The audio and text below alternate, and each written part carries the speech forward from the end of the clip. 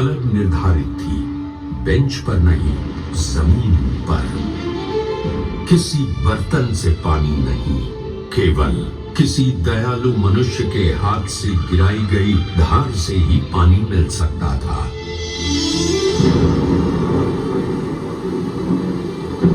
जब बारिश की वजह से स्कूल का सेवक नहीं आया, छोटा भीम प्यासा बैठा रहा। उसकी आंखों में दर्द नहीं, दृढ़ता थी।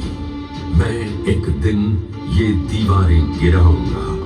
मैं उन स्मृतियों का साक्षी हूं, क्योंकि इन्हीं दर्दों ने मुझे आकार देने वाले विचारों को जन्म दिया।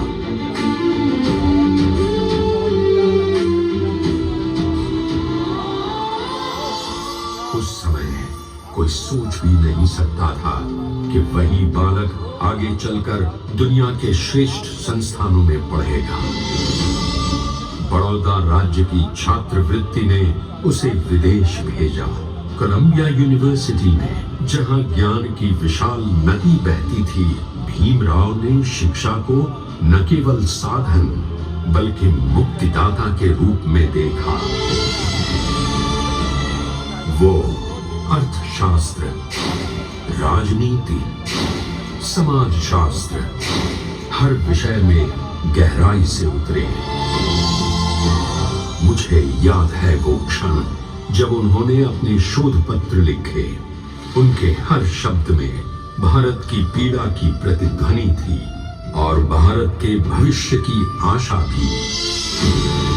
फिर लंदन स्कूल ऑफ इकोनॉमिक्स, जहां उन्होंने दो डॉक्टरेट प्राप्त किए।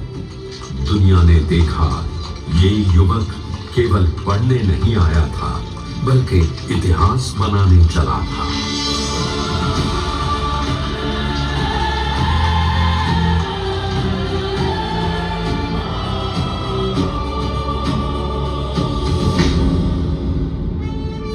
जब वो वापस भारत लौटे, दुनिया ने उनका स्वागत प्रशंसा से किया, पर समाज ने नहीं।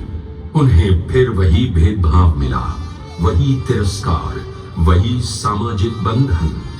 लेकिन इस बार भीमराव अकेले नहीं थे। उनके पीछे जागरूक जनता खड़ी होने लगी थी। उन्होंने कहा, शिक्षित बनो, संगठित रहो, संघर्ष करो। और देखिए, एक शब्द आंदोलन बन गया।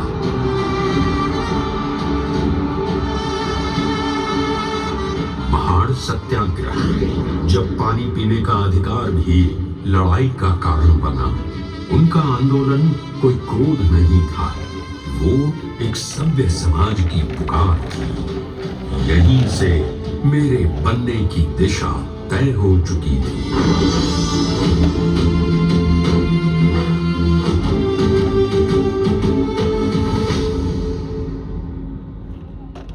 (1947) भारत आजाद हुआ।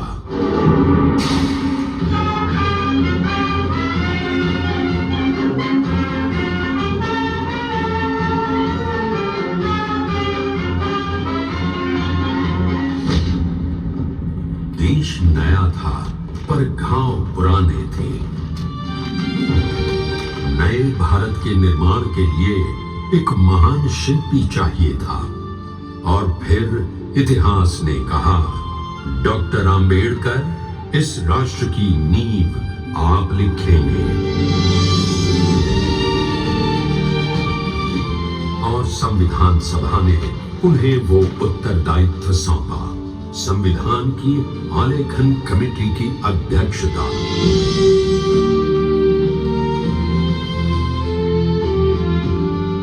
संविधान सभा की विशाल बैठकें, लंबी बहसें, दिन रात चलने वाले विचार विमर्श, और मेरे हर पन्ने पर उनके विचारों का प्रकाश उतरता गया।